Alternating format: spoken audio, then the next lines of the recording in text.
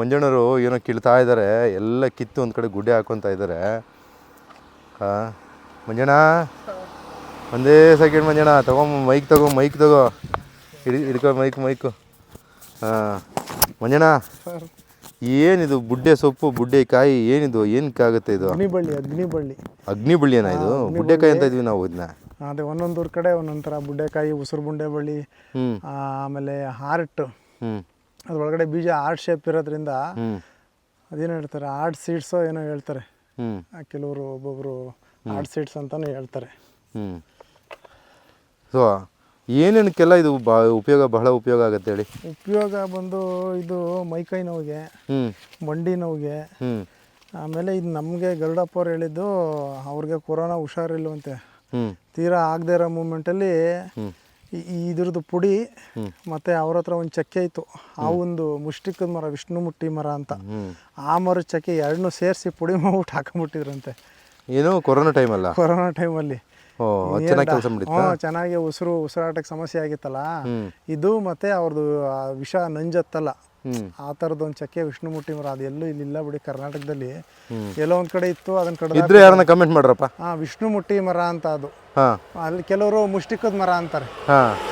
ಆ ಮರ ಚಕ್ಕೆ ಮತ್ತೆ ಇದನ್ನ ಎರಡನ್ನೂ ಸೇರಿಸಿ ಉಸಿರಾಟ ಯಾವಾಗ ಆಡಕ್ಕಾಗ್ತಾ ಇಲ್ಲ ಆವಾಗ ಇದನ್ನ ಪುಡಿ ಅವ್ರು ರೆಡಿ ಮಾಡಿ ಇಟ್ಕೊಂಡಿದ್ರಲ್ಲ, ಎರಡನ್ನೂ ತಗೊಂಡು ಹಾಕೊಂಡು ನೀರಲ್ಲಿ ಕುಡಿದ್ಬಿಟ್ಟು ಆಮೇಲೆ ಉಸಿರಾಟ ಸರಾಗವಾಗಾಯ್ತು ಕೊರೋನಾ ಟೈಮಲ್ಲಿ ಅಂತ ನಮಗೆ ಅವ್ರು ಹೇಳಿದ್ದು. ನಾನು ನೋಡಿಲ್ಲ, ಒಟ್ಟಲ್ಲಿ ಅವ್ರು ಹೇಳಿದ್ದು. ಯಾಕೆಂದರೆ ಅವರೊಬ್ರು ಹೇಳಿದ್ರು ಅಂತ ನಂಬಲೇಬೇಕು. ಅವರು ಆಯುರ್ವೇದಿಕ್ ಪಂಡಿತರು, ನಮ್ಮ ಗುರುಗಳು, ಅಣ್ಣ ಅಂತೀವಿ ನಾವು, ಗುರು ಅಂತ ಆ ಥರ ಇದ್ದೋ ನಾವು. ಏನೋ ಬ್ಯಾಡ್ ಟೈಮ್ ಅಷ್ಟೇ ಅವ್ರು. ಸರಿ, ಆಮೇಲೆ ಇನ್ನೂ ಏನೇನು ಸಮಸ್ಯೆಗಳು ಇದು ಒಳ್ಳೆಯದು? ಆಮೇಲೆ ಇದ್ರ ಬಂದು ಹೃದಯಾಕಾರದಲ್ಲಿ ಇರ್ತದೆ. ಹಾರ್ಟ್ಗೆ ಒಳ್ಳೇದೋ ಏನೋ ಇರ್ಬೋದೋ ಏನೋ, ನನಗೆ ಗೊತ್ತಿಲ್ಲ. ನಮ್ಗೆ ಗೊತ್ತಿರೋದು ಅಷ್ಟೇ ಹೇಳ್ತೀವಿ. ನೋಡಿ, ಹೃದಯಾಕಾರದಲ್ಲಿ ಇದೆ. ಆ ಕಪ್ಪು ಇದೆ, ಬೀಜ ಬ್ಲಾಕ್ ಆಗುತ್ತೆ, ಅವಾಗ ಇನ್ನೂ ಚೆನ್ನಾಗಿ ಕಾಣ್ತದೆ. ನೋಡಿ, ಇಲ್ಲೈತೆ ಕರೆಕ್ಟ್.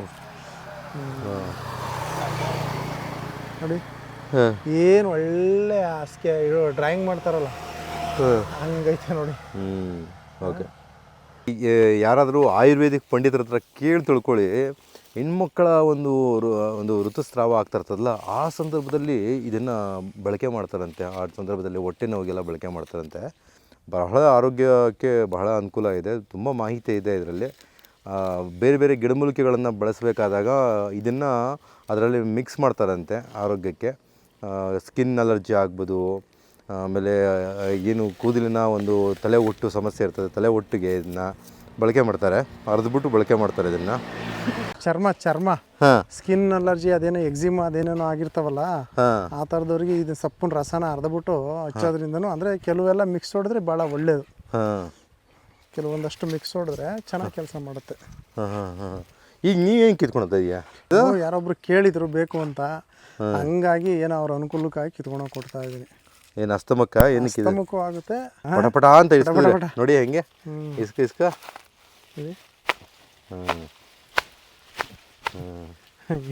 ಮಕ್ಕಳಲ್ಲೆಲ್ಲ ಇದು ಮಕ್ಕಳಲ್ಲಿ ಅದೇ ಬುಡ್ಡೆ ಹೊಡಿತಾ ಇದ್ವಿ. ಇದು ಬುಡ್ಡೆ ಹೆಂಗೆ ಹೊಡಿಯೋದು? ಹೌದು, ಇಷ್ಟೇ ಮಾಡ್ತಾ ಇದ್ವಿ. ಅಲ್ಲ, ಇದು ನೋಡಿ, ಇದ್ರೊಳಗಡೆ ದೇವರು ಹೆಂಗೆ ಇದ್ರೊಳಗಡೆ ಏರ್ನ ತುಂಬಿಸಿ ಹೆಂಗೆ ಸೃಷ್ಟಿ ಮಾಡಿದ್ದಾನೆ. ಹೌದು, ಇದರಲ್ಲೇ ಗೊತ್ತಾಗ್ತದೆ ನೋಡಿ, ಉಸಿರಾಟ ಸಮಸ್ಯೆಗೆ ಇದು ವರ್ಕ್ ಆಗುತ್ತೆ ಅನ್ನೋದಕ್ಕೆ. ಗಾಳಿ ತುಂಬಿದ್ದಾನೆ. ಇನ್ನೆಂಥ ಶಕ್ತಿ ಇದ್ರಲ್ಲಿ ಕೊಟ್ಟಿರ್ಬೇಕು. ಇದೊಂದು ಸಣ್ಣ ನೋಡಕ್ಕೆ ಸಣ್ಣ ಬಳ್ಳಿ, ಇನ್ನೆಷ್ಟು ಶಕ್ತಿ ಕೊಟ್ಟಿರ್ಬೇಕು. ಗಿಡಮೂಲಿಕೆಗಳೆಲ್ಲ ಅಷ್ಟೊಂದಿದೆ, ಗೊತ್ತಿಲ್ಲದೇನೆ ಇವಾಗೆಲ್ಲ ಆಸ್ಪತ್ರೆ ಅಂದರೆ ಅಲ್ಲಿ ಹೋಗೋ ತಪ್ಪು ಅಂತಲ್ಲ, ಇವ್ರೆ ಗೊತ್ತಿಲ್ಲದೆ ಇರೋದ್ರಿಂದ ಹೋಗ್ಲೇಬೇಕು. ಗೊತ್ತಿರೋದ ಮಾಡ್ಕೊಬೇಕು, ಗೊತ್ತಿಲ್ಲದಿರೋದ್ರಿಂದ ಹೋಗ್ಬೇಕಾಗತ್ತೆ. ಸುಮಾರು ಕಡೆ ನಿಮ್ಗೆ ಈ ಥರ ಗಿಡಗಳು ಏನು ಹಬ್ಕೊಂಡಿರ್ತವೆ. ಹಿಂಗೆ ನೀವು ಏನು ನೋಡ್ತಾ ಇದ್ದೀರಾ, ಈ ರೀತಿ ಇರ್ತದೆ ಹಬ್ಕೊಂಡು. ಸೊ ಬುಡ್ಡೆಕಾಯಿ ನಾವು ಚಿಕ್ಕೂರಲ್ಲಿ ಬಳಕೆ ಮಾಡ್ತಾ ಇದ್ದು ಈ ಥರ ಹೊಡಿಯೋಕ್ಕಷ್ಟೇ, ಪಟ ಅಂತ ಹೊಡಿತಾ ಇದ್ದಿದ್ದು. ಸೊ ಬೇಲಿ ಗಿಡದ ಮೇಲೆಲ್ಲ ಈ ರೀತಿ ಹಬ್ಬಿರ್ತದೆ. ಸೊ ಎಲ್ಲಿ ಸಿಗುತ್ತೆ, ಸಿಗುತ್ತೆ ಅಂದರೆ, ಒಂದು ಇವ್ರನ್ನ ಕಾಂಟ್ಯಾಕ್ಟ್ ಮಾಡಿದ್ರೆ ಎಲ್ಲನ ಕಿತ್ಕೊಬಂದು ಕೊಡ್ತಾರೆ. ಎರಡು, ನೀವು ಈ ರೋಡ್ ಸೈಡಲ್ಲೆಲ್ಲ ಹುಡುಕ್ತಾ ಇದ್ದರೆ ಸಿಗ್ತದೆ. ತೋಟಗಳಲ್ಲಿ, ಬೆಟ್ಟಗಳಲ್ಲಿ ಎಲ್ಲ ಸಿಗ್ತವೆ. ಸ್ವಲ್ಪ ನೀರಿರೋ ಜಾಗದಲ್ಲಿ ಚೆನ್ನಾಗಿ ಸಿಗುತ್ತೆ. ಇದು ನೀರು ಚೆನ್ನಾಗಿ ಹರಿಬೇಕಿದು. ಸೊ ಅಂಥ ಜಾಗದಲ್ಲಿ ಚೆನ್ನಾಗಿ ಸಿಗುತ್ತೆ.